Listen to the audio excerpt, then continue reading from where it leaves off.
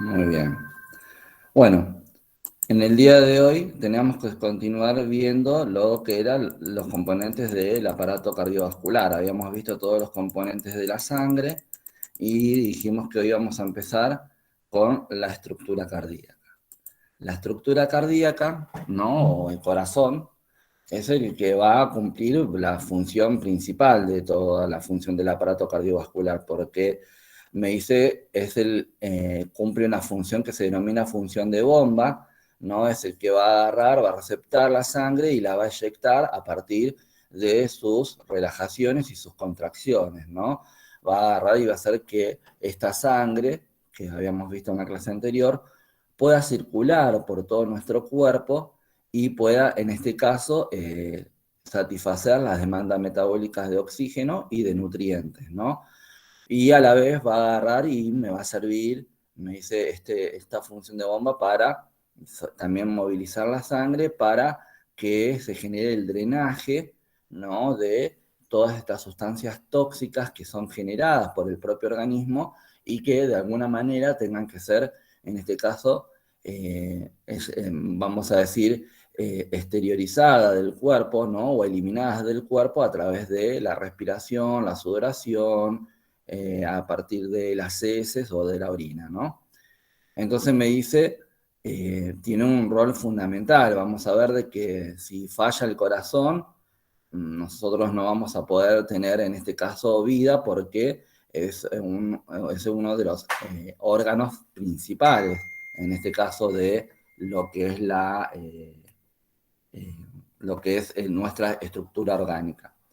Me dice el corazón tiene la forma tiene en este caso un tamaño aproximadamente como de un puño de la mano, o sea, me dice cada uno de ustedes cierra su puño y se ve su mano, va a ser más o menos el tamaño aproximadamente de su corazón, ¿no? Me dice, este corazón va a estar en este caso, a ver qué, ubicado en la zona torácica, ¿no? Va a estar ubicado en una zona que se va a denominar zona mediastinal, ¿no? Una cavidad que va a estar en la línea media del cuerpo, y se va a estar apoyado sobre el músculo, en este caso principal de la respiración, que es el diafragma, va a estar ubicado entre ambos pulmones, ¿no? Recuerden que le va a restar espacio de desarrollo al pulmón izquierdo y va a estar ubicado, me dice, gran parte sobre el hemitories izquierdo y parte vamos a decir, de la base, en este caso del corazón, va a estar sobre el hemitories derecho, ¿no? Esa va a ser la ubicación que va a tener. Me dice, el corazón tiene 4 cavidades, ¿no? Va a tener 4 cavidades, 2 que van a ser superiores y 2 inferiores. Las superiores se van a llamar aurículas. Las inferiores se van a llamar ventrículos. Y a su vez se va a dividir en una parte derecha y una parte izquierda. Me dice, esta división va a estar caracterizada, ¿no? Y por la circulación sanguínea, ¿no? Me dice, vamos a ver que por la parte derecha va a circular sangre carbooxigenada, que habitualmente ustedes en todos los esquemas gráficos lo van a ver que de color azul. Me dice, y del lado izquierdo va a circular lo que es la sangre, en este caso oxigenada, que ustedes lo van a ver representado con el color rojo, ¿no? Entonces vamos a poder hacer una diferenciación entre lo que sería después la sangre arterial y la sangre venosa, ¿no? Con estas características. Me dice, ese lado derecho de ese lado izquierdo va a estar dividido por lo que se llama, en la zona auricular, van a estar divididos por lo que se llama el tabique interauricular, y en la zona ventricular por el tabique interventricular. Esas serían las cavidades, ¿no? En cuanto a la estructura cardíaca. Me dice que en este caso las cavidades superiores se comunican con las inferiores, pero recordemos que dijimos que las cavidades interauriculares no se van a agarrar, no se van a conectar, aurícula con aurícula y ventrículo con ventrículo, pero sí se va a conectar, en este caso, una conexión entre la aurícula y el ventrículo del mismo lado. ¿A través de qué? A través de las válvulas cardíacas. Estas válvulas cardíacas, me dice, van a recibir un nombre específico y ese nombre va a estar dado por la cantidad de valvas que va a tener. Las valvas, en este caso, van a ser como las hojas de esa válvula para cerrar. Es como si fuese una puerta de 2 o de 3 hojas que se cierra en forma simultánea para evitar, en este caso, que cuando en este caso el ventrículo entra en sístole o en contracción, la sangre sea eyectada nuevamente hacia la aurícula, ¿no? Se evita eso con la presencia de las válvulas y que esa sangre sea eyectada en este caso hacia las arterias o las venas, ¿no? Me dice, vamos a agarrar y vamos a ver, en este caso, que por eso se denomina de que la sangre tiene una sola dirección, es un circuito unidireccional.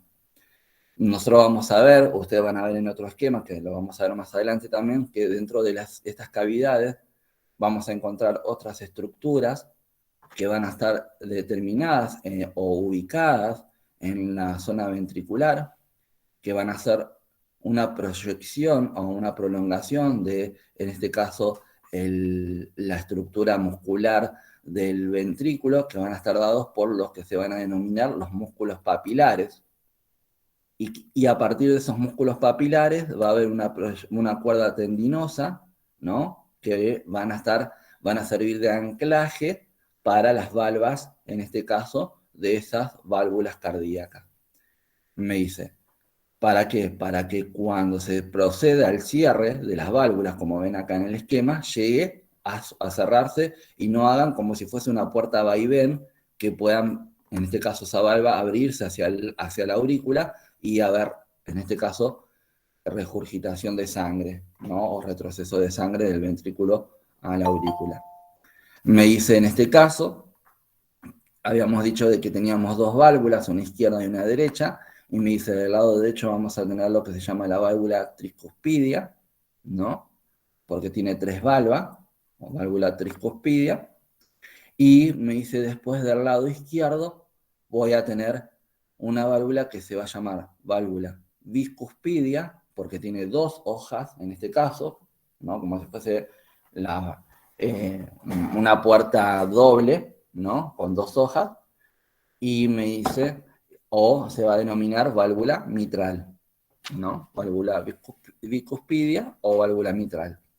Después, en la salida ventricular, porque el ventrículo va a tener también una entrada y una salida, me dice, en lo que sería la salida del ventrículo, vamos a tener los que se van a denominar las válvulas semilunares, ¿no?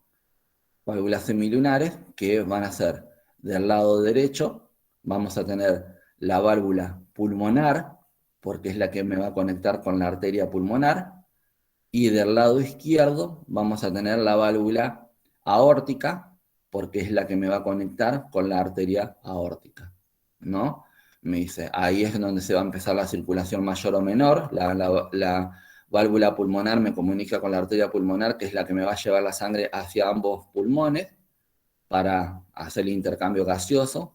Me dice, y la válvula aórtica me comunica con la rama ascendente de la aorta, ¿no? Que la aorta va a ser esta gran arteria que va a estar, en este caso, generando todo un recorrido por nuestro cuerpo, ¿no? Para, me dice, llevar la sangre oxigenada a todo nuestro cuerpo. Bien, y se va a determinar ahí la circulación mayor.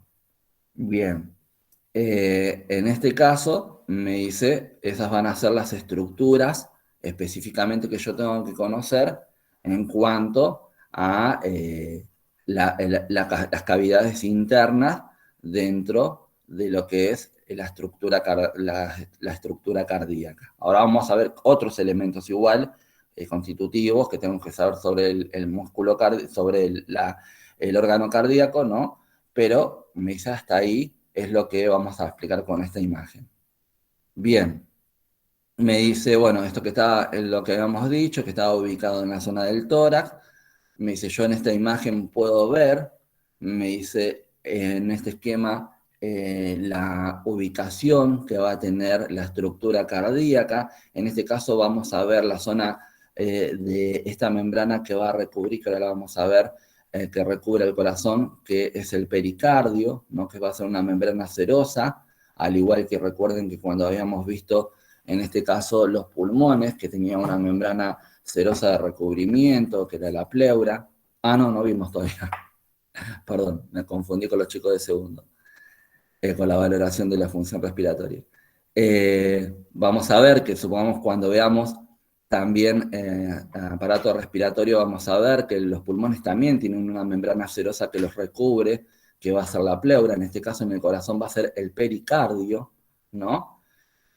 Y me dice que por eso que vamos a ver esta imagen como que estuviese el corazón muy agrandado. No es que está el corazón agrandado, sino que está dentro de dentro de esta serosa. Vamos a ver que está la estructura, y esa serosa me hace todo como un compartimiento o una cavidad pericárdica que va a tener, me dice, no solamente la estructura cardíaca, sino también los vasos que me van a, en este caso, que van a ser de entrada y de salida de la estructura cardíaca, y los que me van a irrigar la propia estructura. En una imagen radiológica, nosotros, para comprender la imagen radiológica de estos colores, ustedes tienen que saber de que las placas radiográficas tienen una gama de colores entre los grises y los blancos, ¿no? Y me dice que cuando los rayos X atraviesan el organismo, van a tomar estos colores en base a vamos a decir, la consistencia que tenga, en este caso, la estructura o el tejido. Me dice, a mayor densidad, más blanquecino se va a poner, en este caso, la imagen. A menor densidad, más oscuro se va a poner. Por eso vamos a ver que en esta imagen, que vemos en color negro, van a ser los pulmones, lo que me estás diciendo, los pulmones. ¿Por qué? Porque los pulmones, vamos a ver que van a tener unas estructuras, va a estar compuesto por unas estructuras que son los alveolos, y dentro de los alveolos va a haber aire, y el aire tiene menos densidad, entonces va a estar más oscuro. Me dice, en cambio, los órganos que son, en este caso, semisólidos o sólidos, van a empezar a tener ya un tinte blanquecino. En este caso, el corazón lo vemos, la estructura cardíaca o la figura cardíaca la vamos a ver acá. En este caso va a estar mezclada con los huesos de la parte anterior de la cavidad torácica, que era el esternón, y vamos a ver que se va a ver con una tonalidad que me diferencia a la estructura, en este caso ósea. Fíjense en este caso cómo se ve bien la estructura ósea, porque tiene mayor densidad que este tejido semisólido que va a ser el muscular, ¿no? A comparación del óseo, ¿no? Tiene menor densidad y tiene, en este caso, va a tener otro nivel en cuanto a la colorimetría. Entonces me dice, yo a partir haciéndole al paciente una placa radiográfica, también el de tórax en este caso, puedo visualizar, ¿no?, esa estructura cardíaca, y como para ver si en este caso me dice es de tamaño normal o puede llegar a ser que esté agrandado, ¿no? En donde me dice, pues tengamos una cardiomegalia. Bien, me dice si yo lo tengo que ubicar en esa estructura, a esa estructura cardíaca, y decir cuáles serían en la parte externa vamos a decir, cada una de sus partes estructurales que vemos. Me dice, vamos a ver que el corazón en la parte de arriba, la parte superior, vamos a ver como una línea imaginaria recta, ¿no?, que va a ser la base del corazón. Después voy a tener hacia abajo como si fuese una puntita, que es el vértice del corazón, o el ápice del corazón. Me dice, vieron que uno cuando hace el dibujo del corazón lo hace con una parte, vamos a decir, más ancha arriba y una puntita abajo, ¿no? Cuando hacemos el corazón para conquistar a alguien, o diciéndole que tenemos un sentimiento especial. Bueno, esa figura hace referencia a la estructura real a la estructura real cardíaca, ¿no? Me dice, bueno, esa puntita va a ser el vértice, que me dice, va a estar, vamos a decir, ese vértice posicionado hacia la parte inferior del tórax y casi rozando con la pared torácica anterior. Entonces yo voy a tener que ese puño va a estar, vamos a decir, como inclinado con su ápice o su vértice, ¿no? Hacia la caja torácica, ¿no? Y por eso después nosotros vamos a ver que apoyando la mano sobre la estructura torácica, más en lo que sería la base de la parrilla costal, vamos a poder tomar lo que se va a denominar el pulso apical después, ¿no? Bien, ¿por qué? Porque con cada contracción ventricular que haya va a generar movimientos y vibraciones sobre esa zona de la caja torácica. Después vamos a tener un borde izquierdo, vamos a tener un borde derecho, y por delante vamos a tener la cara, en este caso, la cara anterior, ¿no? Y por detrás la cara posterior, en este caso, del corazón. ¿Mm? Porque vamos a estar así. Una cara que va a ser la anterior y una cara que va a ser la posterior. ¿Mm? Bien, esos serían vamos a decir, las líneas que me van a generar la figura, en este caso cardíaca, en un esquema de la ubicación del corazón.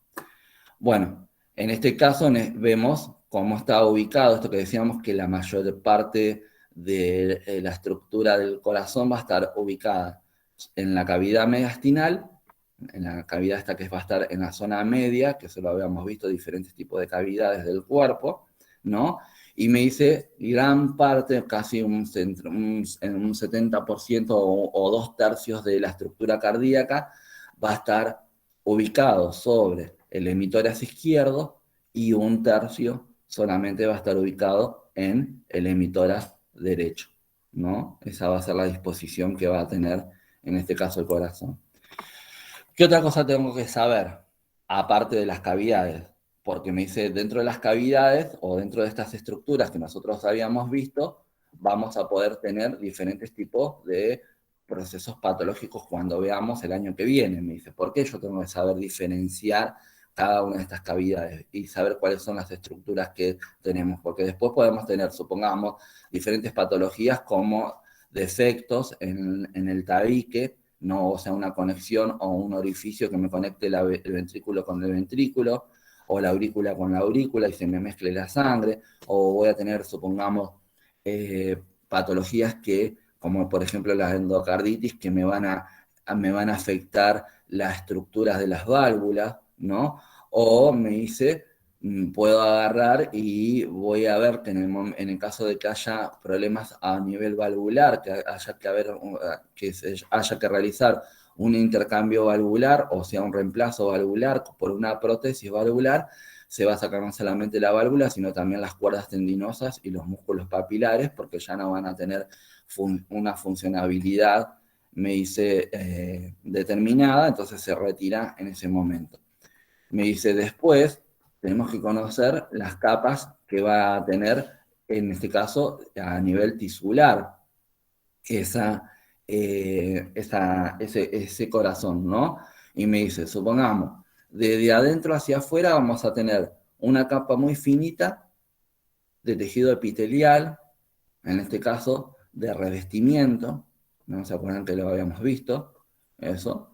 Me dice que va a ser el endocardio. El endocardio va a ser esta capa de tejido que va a estar en contacto continuo con, en este caso, la sangre, ¿no? Después voy a tener una capa más gruesa, con mayor espesor, ¿no? Que va a ser el miocardio. El miocardio van a ser todas células, todos miocitos, ¿no? Que van a constituir, en este caso, ese tejido miocárdico, que va a ser el que va a tener la mayor funcionabilidad en el corazón. Va a ser que va a tener la capacidad de contraerse a partir de un estímulo eléctrico que va a estar dado por el sistema de conducción eléctrica cardíaca, que ahora lo vamos a ver. Me dice que me dice, va a agarrar y va a tener la particularidad de poder contraerse y generar, en este caso, la contracción, ya sea de la aurícula o del ventrículo, para poder eyectar la sangre. Y va a tener también la posibilidad y la particularidad de poder relajarse una vez que pasó este estímulo eléctrico y generar lo que nosotros vamos a conocer como diástole o relajación. Bien, en el momento de la contracción vamos a tener una contracción o una sístole, ¿no? Esos son todos por ahí términos que vamos a empezar a manejar. Después vamos a tener una tercera capa, también fina, de epitelio, que es el epicardio, ¿no? Que en este caso sería un epitelio de, en este caso, de recubrimiento, lo que hace que finalice la estructura tisular del corazón, ¿no? Y me dice, después voy a tener una serosa que va a estar protegiendo a toda la estructura cardíaca, ¿no? Y a todos los, en este caso, vasos sanguíneos y los haces nerviosos que pueden llegar a ingresar para estimular, en este caso, y captar estas diferenciaciones o estas alteraciones del medio interno que pueden llegar a haber, ¿no? Y me dice, va a estar rodeado por esa capa serosa que va a ser el pericardio, ¿no? Y me dice, entre el epicardio y el pericardio vamos a tener un espacio un espacio leve, ¿no? Un espacio que se denomina espacio virtual, ¿no? Que va a ser el espacio, en este caso, pericárdico, ¿no? Me dice, ese espacio pericárdico yo voy a encontrar de que va a haber un líquido, que va a ser el líquido pericárdico, que la función que va a tener ese líquido es de, en este caso, agarrar y lubricar, ¿no? Toda esta zona entre el epicardio y el pericardio para darle posibilidad de que el corazón con sus movimientos agarre y tenga la posibilidad de moverse en forma adecuada sin lesionarse, ¿no? Y sin tener contacto tampoco con otras estructuras. Me dice, va a agarrar y me va a servir también de amortiguación de los golpes, esto de que supongamos que agarra y la persona pueda llegar a tener un golpe torácico, la vibración de ese golpe va a disminuirse con este líquido pericárdico, aunque es un líquido muy, o sea, no tiene gran volumen, sino que tiene un volumen muy limitado, pero me dice cumple con todas estas funciones, ¿no? Y me dice sirve de protección. Yo porque tengo que saber sobre todas estas estructuras, porque vamos a ver de que si bien cumplen un rol fundamental, después vamos a ver de que vamos a tener muchos procesos patológicos acá dentro de lo que son estas estructuras tisulares. Yo supongamos puedo tener una endocarditis, como dijimos anteriormente, que sería la inflamación del endocardio. Fíjense, en esta imagen ya acá se ven los músculos papilares, estos serían los músculos papilares y las cuerdas tendinosas, que van a estar, vamos a decir, reteniendo las válvulas de las válvulas cardíacas para que no haya un movimiento de vaivén, sino que llegue hasta un lado, hasta una cierta posición y se obstruya su movimiento. Me dice, yo puedo tener, en este caso, patologías en el miocardio, porque ese miocardio puede llegar a ser de que se debilite, puede llegar a ser que se engrose por un mal funcionamiento o una sobreexigencia en el funcionamiento cardíaco. Me dice, puedes dejar de ser, en este caso, irrigado, como por ejemplo con una arteriopatía, ¿no? Como la arteriosclerosis coronaria, en donde me dice, no me va a llegar por obstrucción de una arteria, me dice, en este caso, va a agarrar y no me va a nutrir este tejido con, en este caso, la sangre necesaria para el aporte de oxígeno y el aporte de nutrientes. Me dice, entonces voy a tener, en este caso, lo que sería, puede ser una hipoxia celular o una hipoxia tisular, una isquemia tisular, o puede tener una muerte tisular. Voy a ver de que después, según cómo esté afectado y la cantidad de tejido que se ve afectado, supongamos por un infarto, me dice, yo voy a ver de que esa parte de ese tejido no me va a participar más en la contracción, en este caso del ventrículo, en la contracción, en este caso en la sístole ventricular, y voy a empezar a ver de que esta cavidad que va a tener que inyectar cierto volumen de sangre, va a inyectar menos, entonces me dice, voy a empezar a ver complicaciones dentro del resto del organismo porque no se está haciendo circular un volumen de sangre adecuado, lo que nosotros vamos a calcular por después como gasto cardíaco y volumen minuto. Me dice, en donde el corazón va a entrar en lo que nosotros vamos a conocer una insuficiencia cardíaca. Y la insuficiencia cardíaca va a estar determinada por el mal funcionamiento de este tejido. Y después vamos a tener lo que sería la pericarditis, ¿no? También. La pericarditis va a ser la inflamación del pericardio, ¿no? En donde se va a inflamar todo esta serosa y me va a traer consecuencias en cuanto a que me va a empezar a drenar se va a empezar a producir mayor líquido pericárdico y voy a tener lo que se va a denominar un derrame pericárdico, ¿no?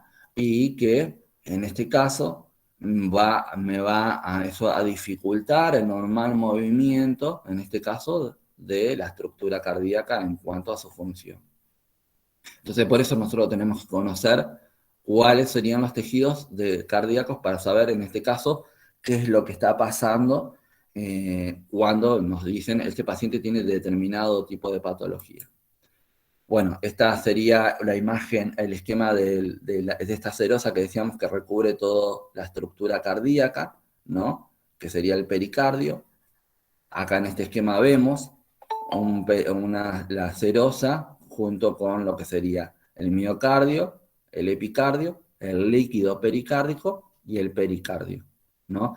Y fíjense en esta imagen, me está mostrando la inflamación del pericardio, ¿no? La inflamación del pericardio, en donde se inflama, fíjense de que hay diferencia, vamos a decir, en el esquema en cuanto a los centímetros o a los milímetros que puede tener esta capa, ¿no? Serosa, en donde se inflama y me empieza a generar mayor producción de líquido pericárdico y se me va a generar después un derrame pericárdico también. Bien, dentro me dice de las estructuras, podemos ver, en este caso, supongamos las estructuras valvulares, también puede haber, me dice, estenosis, ¿no? O sea, la estenosis es la reducción, me dice, de la luz de la válvula. Entonces me dice, la válvula se puede, en este caso, llenar de vegetaciones, se puede, en este caso, empezar a deteriorar cada una de estas válvulas, o se puede cerrar la luz de la válvula, generándome la imposibilidad del paso, ¿no? De la sangre de la aurícula al ventrículo. Otra de las cosas que podemos llegar a ver es el desarrollo muscular, en este caso muscular, en la zona del ventrículo izquierdo. Vamos a ver, fíjense, en este caso tenemos el ventrículo derecho y el ventrículo izquierdo, ¿no? Y fíjense, la cantidad de tejido que hay en el miocardio, en el ventrículo derecho, a diferencia del ventrículo izquierdo. Acá, igual de todas maneras, vamos a tener un súper desarrollo, vamos a decir, un desarrollo, me dice, de más del músculo cardíaco ventricular. Pero ¿por qué vamos a ver que hay una diferencia en la estructura del miocardio, en todas las estructuras, tanto entre los que serían las dos aurículas y el ventrículo derecho y el ventrículo izquierdo? Me dice, por la cantidad de fuerza que tienen que realizar. Me dice, las aurículas, cuando entran en contracción para eyectar la sangre y poder pasarla al ventrículo, no hay tanta distancia. O sea, no necesita contraerse con mucha fuerza. Se va a generar la sístole, se va a generar la contracción y la sangre va a pasar de la aurícula al ventrículo y es vamos a decir, un camino que no tiene mucha longitud.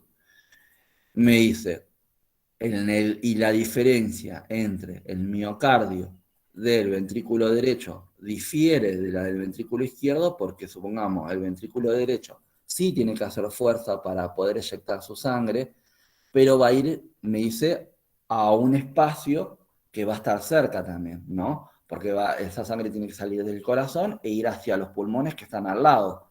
No hay tanto camino o tanto trayecto para recorrer de esa sangre.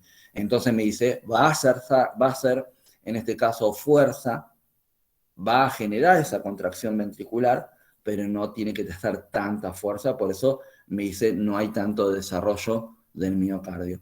En cambio, el ventrículo izquierdo, me dice, es el que tiene que generar más fuerza en el momento de la sístole ventricular o en el momento de la contracción ventricular, porque la eyección de esa sangre, de ese volumen de sangre, tiene que hacer que la sangre circule por todo el cuerpo, ¿no? Entonces me dice, tiene que tener una fuerza mayor.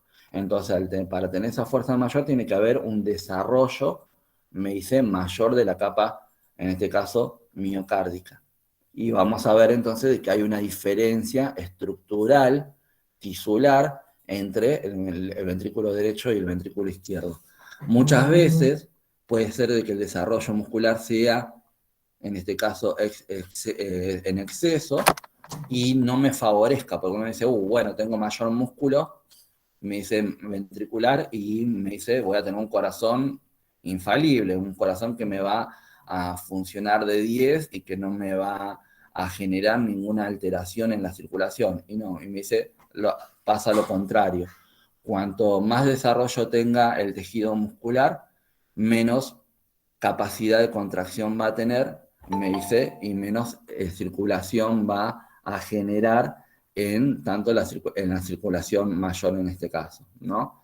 Eso vamos a ver de que también se va a dar cuando veamos insuficiencia cardíaca, que puede estar dada por el hiperdesarrollo del músculo. De hecho, vieron que supongamos, eh, para hacer un ejemplo, ¿no? Para ejemplificar. Vieron que cuando hay gente que va al gimnasio, ¿no? Y empieza a hacer, en este caso, máquinas para actividades de esfuerzo para el desarrollo muscular. Y después tenemos los fisicoculturistas. Vieron que los fisicoculturistas tienen mucho desarrollo muscular, pero no tienen, vamos a decir, no se genera estabilidad en cuanto al movimiento. Vieron que es como que se mueven en bloque después, ¿no? ¿Por qué? Porque sí, está bien, hay un desarrollo muscular, el músculo se desarrolló, podemos llegar a tener más fuerza, pero no tenemos en este caso la contractibilidad o la, vamos a decir, el mecanismo de movimiento necesario que tiene que tener esa masa muscular. ¿Mm? En el corazón pasa exactamente lo mismo. Cuando más se desarrolla el miocardio, más imposibilidad de movimiento va a tener. Bien, después, esto sería una vista externa de la estructura cardíaca, en donde nosotros vamos a ver este tipo, esta porción del corazón que se denomina orejuela auricular. La orejuela ventricular va a ser como un tipo de, vamos a decir, malformación que va a tener la aurícula para compensar su capacidad interna en cuanto al volumen. Entonces, como no tenía sitio de desarrollo, se empezó a desarrollar hacia afuera y se formaron los que vamos a conocer nosotros como las orejuelas auriculares. Pero son nada más que para compensar, en este caso, el volumen interno tiene que tener, o la capacidad interna que tiene que tener esa aurícula, ¿no? Para poder recepcionar el volumen de sangre necesario. Acá vemos los ventrículos y vamos a ver, en este caso, las arterias y las venas que van a irrigar, en este caso, a toda la estructura cardíaca, porque como órgano, como cualquier órgano del cuerpo, necesita ser irrigado y va a ser inervado. Irrigado a través de arterias y venas, y inervado a través de, en este caso, haces nerviosos. Me dice. Entonces yo voy a tener una serie de, en este caso, una serie de arterias y venas que van a ser homónimas, que van a tener el mismo nombre, ¿no? Y que van a nacer a partir del nacimiento de la aorta ascendente. yo voy a ver que la aorta voy a tener varios trayectos, lo que sea la aorta ascendente, el callado aórtico y la aorta descendente porque después empieza a bajar y después se va a dividir en torácica, abdominal y todo lo demás. Me dice, en este caso, cuando nace la arteria aorta, voy a tener el nacimiento de las arterias coronarias. Es como va a ser la primera bifurcación que va a tener esa arteria aorta. Y entonces voy a tener lo que van a ser la arteria coronaria anterior descendente, ¿no? Que sería esta, arteria anterior descendente, o arteria, en este caso coronaria izquierda, me dice que en este caso, irrigar toda la cara anterior del corazón. Después voy a tener hacia el otro lado lo que sería la arteria coronaria descendente posterior o derecha, ¿no? O arteria coronaria derecha, que es la que me va a irrigar toda la cara posterior, en este caso del corazón. Y a partir de ellas va a nacer también una bifurcación, a partir de la coronaria izquierda, de una arteria que se va a llamar circunfleja, que va a bordear, vamos a decir, toda la estructura, en este caso, del corazón, ¿no? Para, vamos a decir, irrigar toda la estructura cardíaca. Y va a estar, en este caso, ubicada en el surco auriculoventricular, que sería entre la aurícula y el ventrículo. Se va a ver, si tomo una estructura cardíaca no diseccionada, yo voy a ver de que va a haber como hundimientos, ¿no? En cuanto a la estructura que me van a dar a que yo aprecie de que ahí sería la división entre las aurículas y el ventrículo. Por ahí va a circular también la arteria coronaria circunfleja y tanto la arteria coronaria anterior como la posterior, o la derecha o la izquierda, también van a ir por los surcos interventriculares. Bien, fíjense, en esta imagen me muestra los surcos, en este caso auriculoventricular, que sería por donde pasaría la arteria circunfleja, y el surco interventricular anterior, que en donde se apoyaría la arteria coronaria izquierda o anterior descendente, y sería en la parte posterior vamos a tener también otro surco, que sería el surco interventricular posterior, que por donde bajaría, en este caso, la arteria coronaria derecha. Yo la voy a diferenciar después, ahora vamos a ver unas imágenes, por que la arteria coronaria izquierda va a tener como si fuese una L, ¿no? En su estructura, como va a tener unas curvaturas que van a ser como una L, y después como una ramificación como si fuese el árbol. En cambio, la coronaria derecha va a ser una arteria coronaria que va a estar recta, va a ser como si fuese una liñita que baja, ¿no? Y que no va a tener tantas ramificaciones. Bien. Bueno, en este esquema me muestra, ¿no? Esto que decíamos, las diferentes cavidades. Esto quería hablar, le quería decir que recién estaba pensando, digo, me olvidé lo que estaba pensando. Estaba pensando cuánto es el volumen que receptan de sangre tanto las aurículas como los ventrículos. Me dice, yo voy a ver que me dice que para calcular después lo que nosotros vamos a conocer como gasto cardíaco, tengo que calcular el volumen de eyección, tengo que tener en cuenta el volumen de eyección ventricular. O sea, cuánto es el volumen que el ventrículo me eyecta en cada contracción ventricular hacia la circulación mayor o menor. Me dice, el volumen de sangre que va a eyectar el ventrículo es de 70 mililitros de sangre, ¿no? Me dice, en este caso, o sea, me va a eyectar 70 mililitros de sangre el ventrículo izquierdo y 70 mililitros de sangre el ventrículo derecho. Me dice, pero esa es la capacidad que va a tener de volumen el aurícula o el ventrículo. No, me dice, ¿por qué? Porque me dice, la capacidad que tienen son aproximadamente de 120 centímetros cúbicos, ¿no? Me dice, lo que pasa es que cuando el ventrículo, en este caso, entra en contracción y genera la eyección de la sangre, me dice, va a quedar un volumen residual dentro de la cavidad que son de aproximadamente 50 mililitros o 50 centímetros cúbicos, ¿no? Entonces me dice, yo voy a tener los 50 centímetros cúbicos que quedaron residuales dentro del ventrículo y voy a tener los 70 que me eyectó. Eso me darían 120 centímetros cúbicos, ¿no? De volumen de sangre, como para tener referencia, porque después vamos a empezar a calcular esto que decíamos, el gasto cardíaco, y me dice, tengo que tener volumen de referencia. Me dice, ¿cuánto es ese volumen de referencia de eyección? 70 mililitros.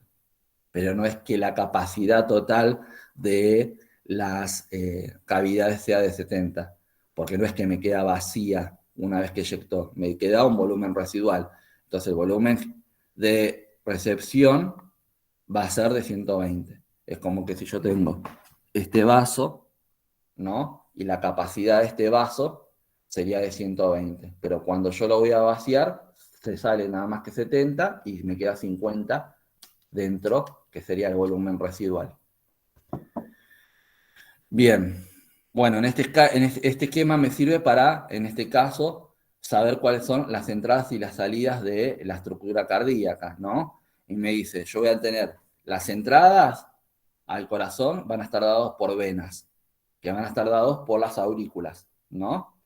Y las salidas van a estar dadas por arterias, ¿no? Y va a salir por los ventrículos. Y entonces me dice, en la aurícula derecha, me dice, voy a tener lo que es la vena cava superior y la vena cava inferior. Me dice, las venas, vamos a ver que me van a tener toda la sangre, en este caso, que va a ser carbo-oxigenada y de drenaje de todo mi cuerpo.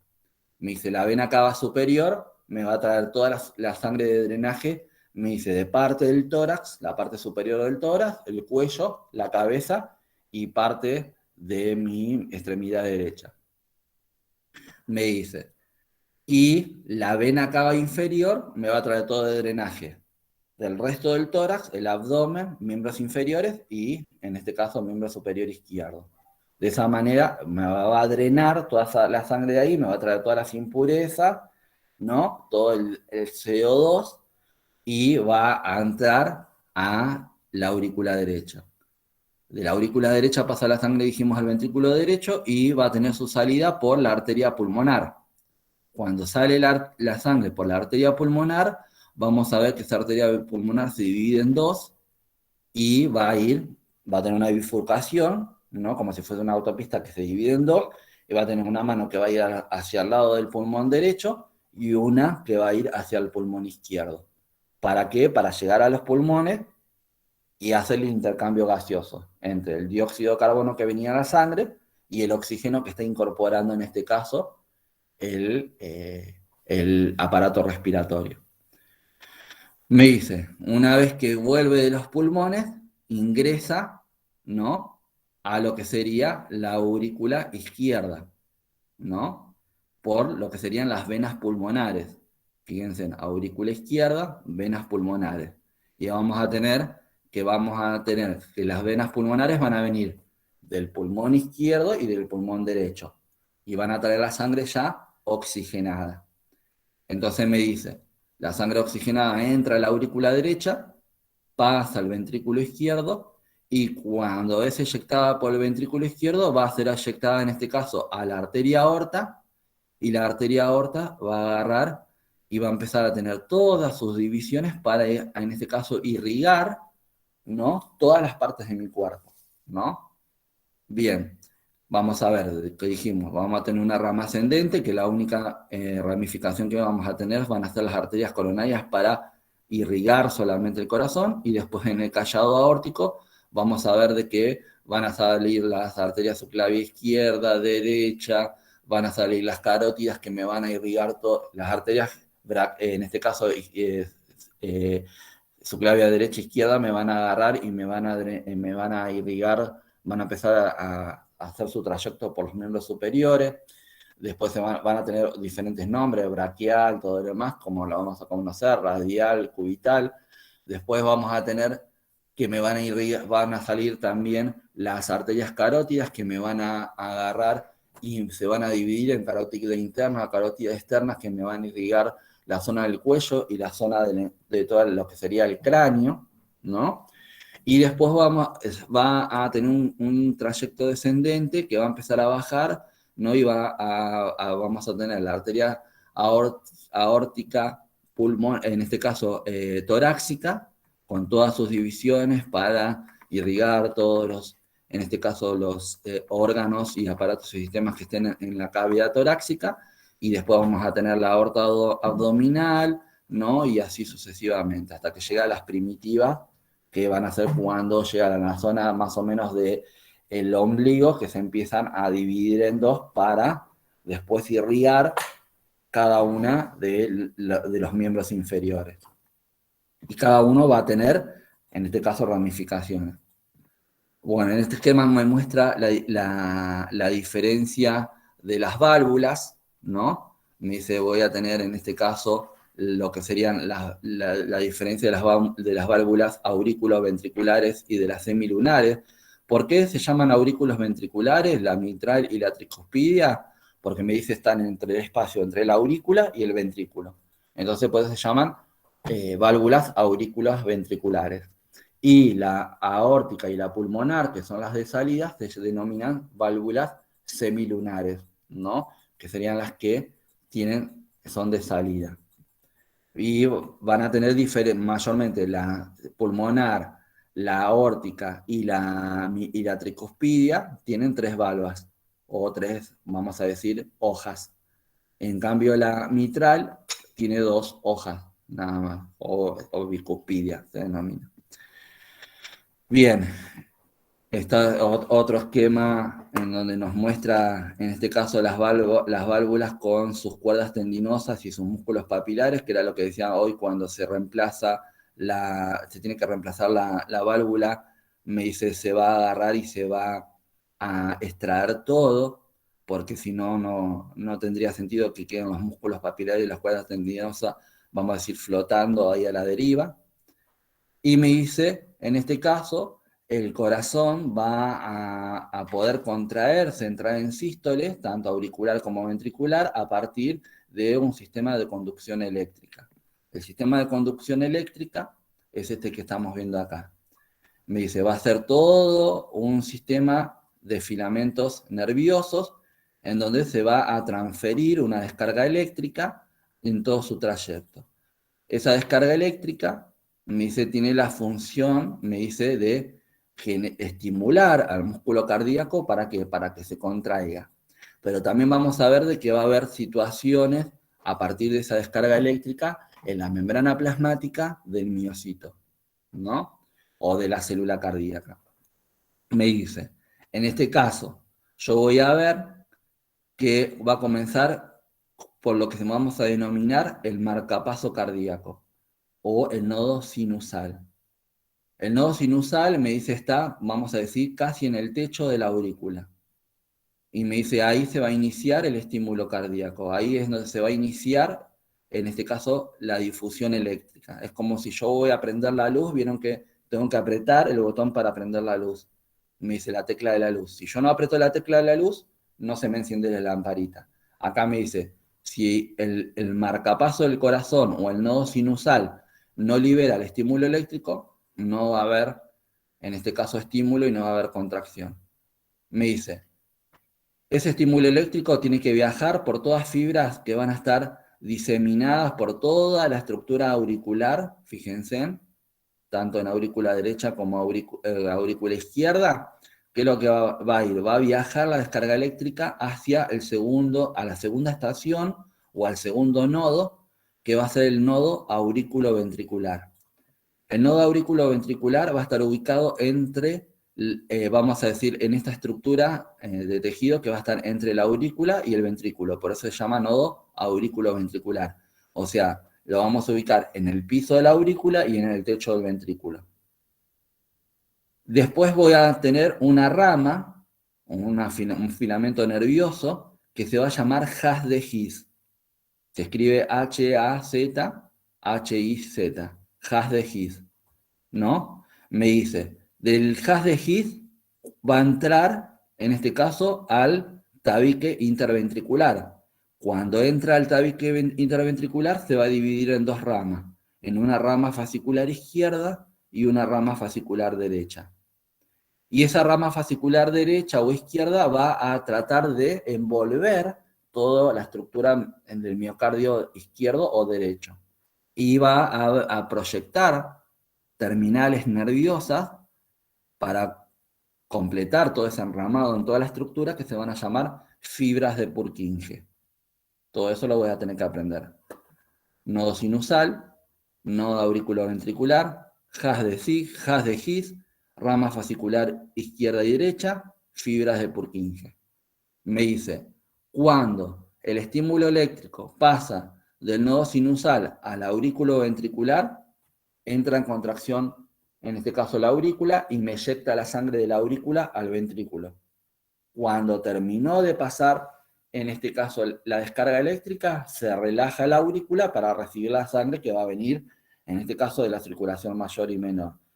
Y ahí mismo, al mismo tiempo, se proyecta esa descarga eléctrica desde el nodo auriculoventricular hasta llegar a la fibra de Purkinje, generando que el estímulo del miocardio de los ventrículos, la contracción ventricular, y cuando terminó de pasar esa descarga eléctrica, el ventrículo se relaja y se prepara para recibir la sangre que le va a inyectar, en este caso, la aurícula al ventrículo. Esto va a ser así, ¿no? Van a relajarse y se van a contraer en diferentes momentos, tanto la aurícula como el ventrículo. ¿Para qué? Para que cada uno esté relajado o esté contraído, relajado para recibir el volumen de sangre y contraído para eyectar ese volumen de sangre de una estructura o de una cavidad a la otra.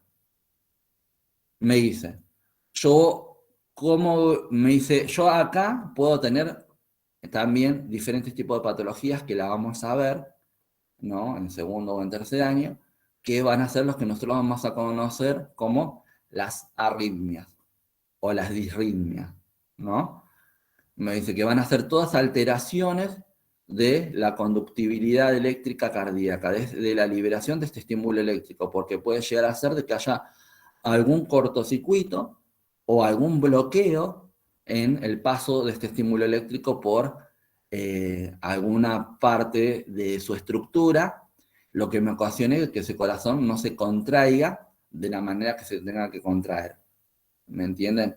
Entonces, por eso yo tengo que saber, en este caso, cómo está compuesto el sistema de conducción eléctrica cardíaco. Me dice, ¿cómo lo puedo ver reflejado su funcionamiento? A través del trazado cardíaco del monitor cardíaco o a través de lo que sería un electrocardiograma.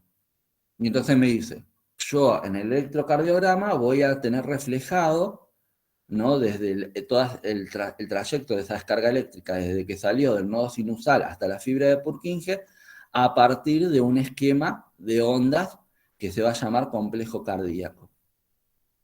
Ese complejo cardíaco va a tener diferentes ondas que van a hacer referencia, supongamos, van a tener la misma lógica que el abecedario, ¿no? Fíjense, voy a tener la onda P, la onda Q, la onda R, la onda S y la onda T. Si me sé el abecedario, voy a poder, en este caso, identificar el tema de las ondas, ¿no? La continuidad de las ondas. Onda P, Q, R, S, T. Y me dice, ¿qué me refleja cada una de estas ondas? Me dice, la onda P, la primera que tenemos acá, me va a estar mostrando lo que se va a denominar despolarización auricular. ¿Qué significa la despolarización auricular? Significa que la descarga eléctrica que se inició en el marcapaso del corazón o en el nodo sinusal está pasando y se está transfiriendo hasta el nodo auriculoventricular, lo que me va a generar la contracción de la aurícula. Entonces yo voy a tener con la onda P reflejada lo que vamos a conocer como despolarización auricular. Después voy a tener un complejo que va a estar compuesto por tres ondas, la Q, la R y la S, que se llama complejo QRS. El complejo QRS me va a mostrar la despolarización ventricular, me va a mostrar el trayecto de la descarga eléctrica desde el nodo aurículo-ventricular hasta la fibra de Purkinje y lo que me va a determinar la contracción del ventrículo. Por eso se llama complejo QRS. Y después voy a tener una última onda, que va a ser la onda T, que me va a mostrar la repolarización ventricular. ¿Qué significa la repolarización ventricular? Que el ventrículo entra en relajación para recibir nuevamente sangre de la aurícula. Yo tengo entonces la despolarización auricular, tengo la despolarización ventricular y tengo la repolarización ventricular. Acá, ¿qué me faltaría? La repolarización de la aurícula, porque me dice, ¿la aurícula qué? ¿Se contrajo y no se relajó?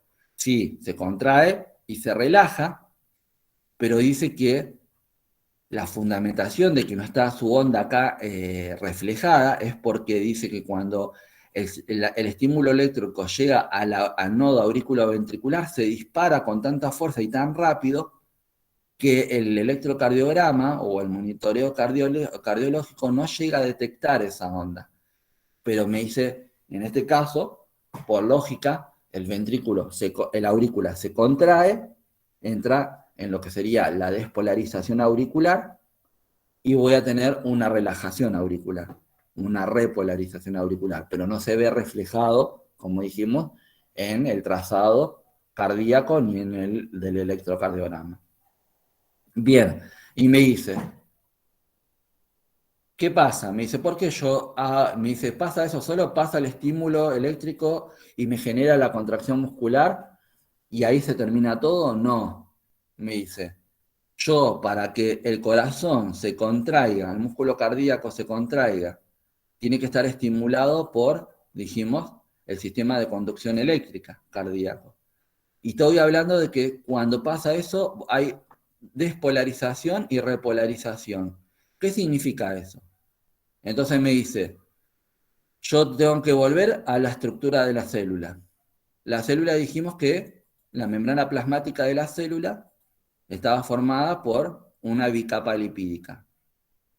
Pero teníamos otros componentes en la estructura de la célula, que eran en este caso, las proteínas. Esas proteínas podían ser proteínas periféricas, que iban a estar de un lado o del otro lado de la membrana plasmática, las proteínas transmembranosas, como la que vemos acá, las que me generaban un túnel de un lado del medio extracelular al medio intracelular, y después teníamos los receptores de la membrana, que eran estos que interactuaban, supongamos, en el grupo ABO. ¿Se acuerdan que lo habíamos visto la semana pasada? Bien, entonces me dice que en este caso, cuando vamos a tener aparte, fuera de lo que sería la membrana plasmática, una carga positiva en el medio extracelular, y en el medio intracelular voy a tener una carga negativa. Y también tengo que saber que en el medio extracelular voy a tener iones, ¿no? Y en el medio intracelular voy a tener iones. El ion con mayor concentración en el medio celular dijimos que era el sodio. El ion con mayor concentración en el medio intracelular es el potasio. Y después voy a tener otro ion que me va a servir, que va a ser el calcio, que va a estar en el medio extracelular también, pero con menor concentración. Menor concentración que el sodio, pero mayor concentración que en el medio intracelular. Entonces me dice, cuando esta descarga eléctrica se empieza en este caso, a liberar, la membrana plasmática se despolariza, cambia las cargas eléctricas, la que era positiva se vuelve negativa y la que era negativa se vuelve positivo, y eso hace que haya apertura del canal iónico. Haya apertura, en este caso, de esta proteína transmembranosa, que se abra y me deje de que haya transferencia o intercambio de iones del medio extracelular al medio intracelular y del medio intracelular al medio extracelular. Entonces, ¿qué va a pasar?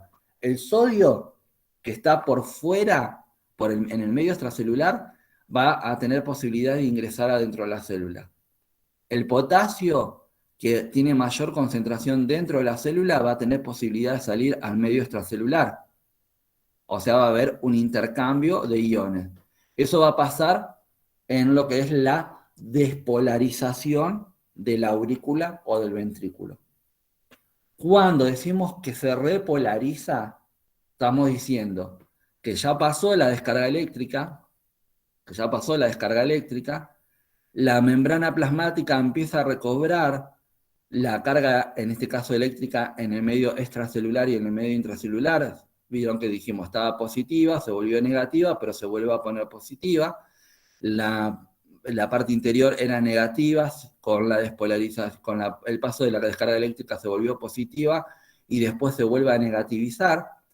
En ese momento que hay repolarización de la membrana plasmática, ¿qué pasa? Se empieza a cerrar este canal iónico, ya no hay transferencia de sodio y de potasio, y ahí es cuando, antes que se termine de cerrar la puerta, ingresa un ion colado, vamos a decir, que sería el calcio.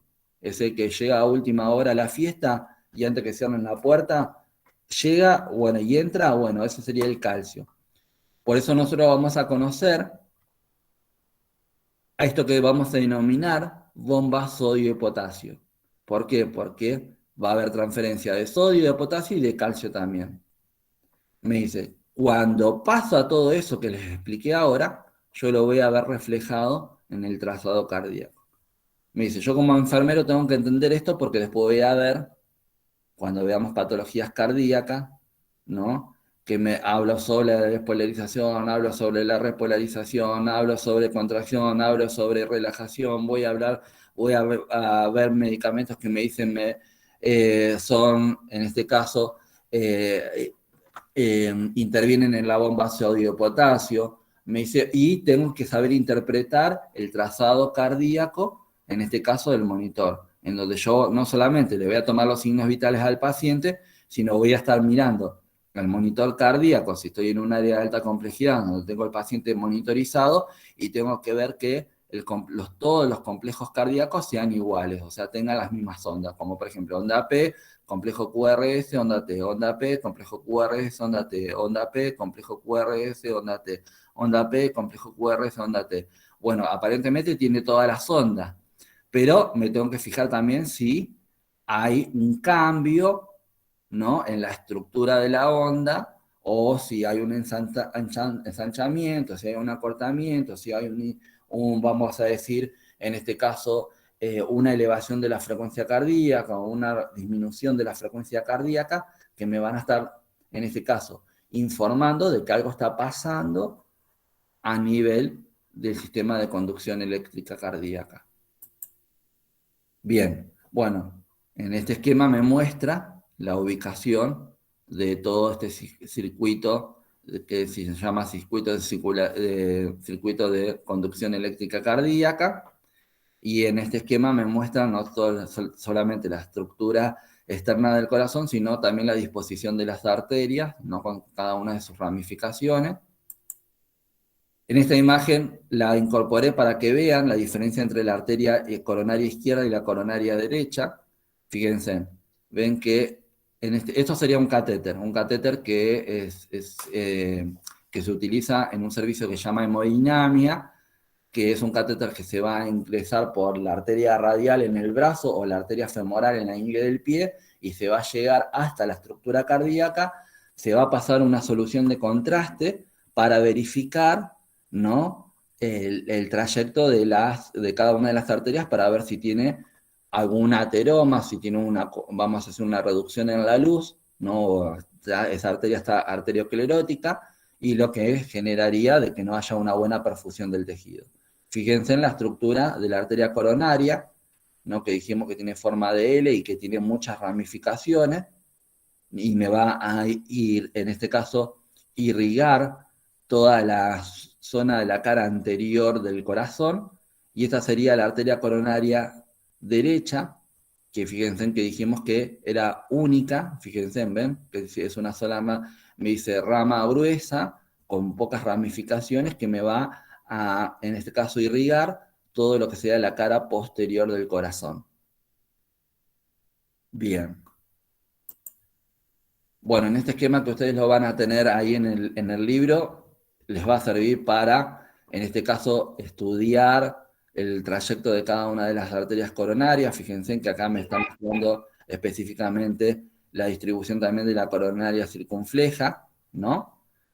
La coronaria anterior, la posterior, bueno, y todos los vasos venosos que me dice van a recibir el mismo nombre que el arterial. Por eso me dice que los vasos venosos son homónimos o reciben el mismo nombre que las arterias.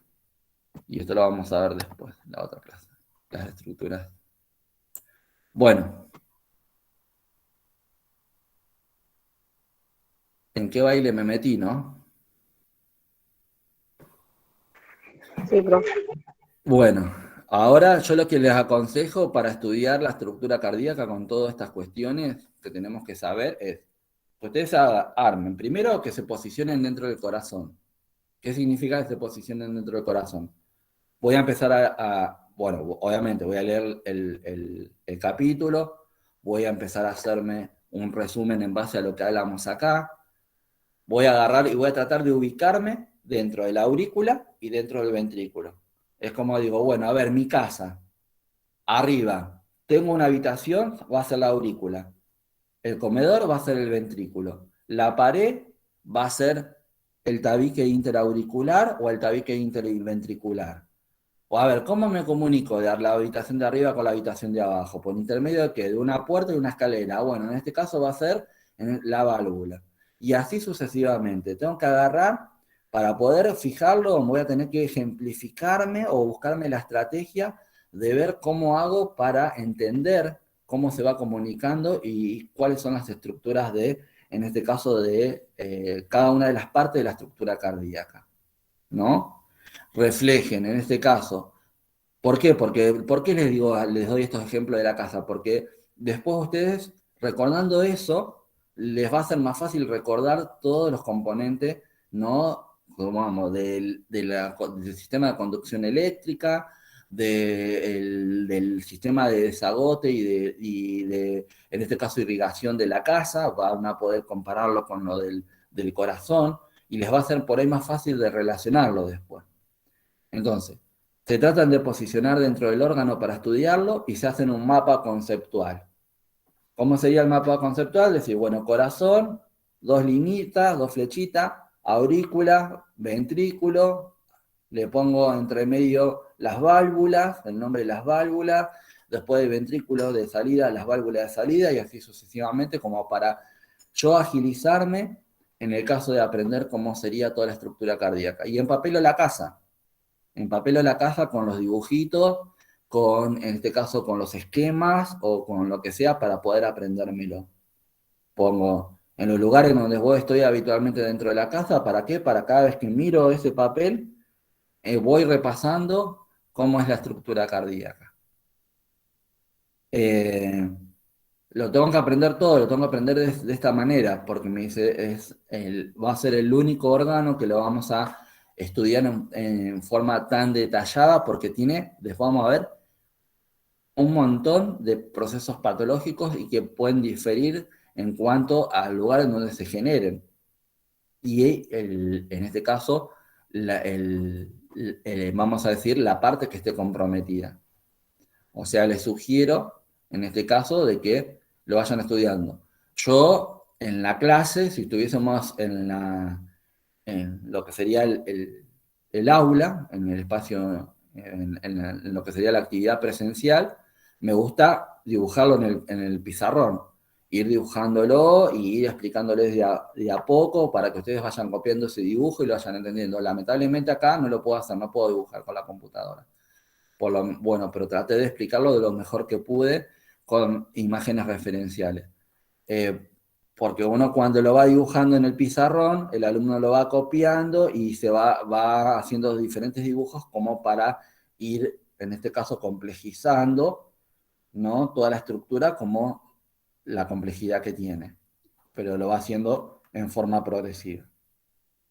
Así que bueno, igual dentro de un rato les voy a subir a la clase la grabación ¿no? La explicación para que la vuelvan a ver, si les resulta muy difícil, y bueno, para que la tengan. ¿Alguien quiere hacer? Profe. A mí Sí. sí, profe, muy difícil se me resultó, pero bueno, lo voy a volver a ver y como usted dijo, lo voy a volver a estudiar.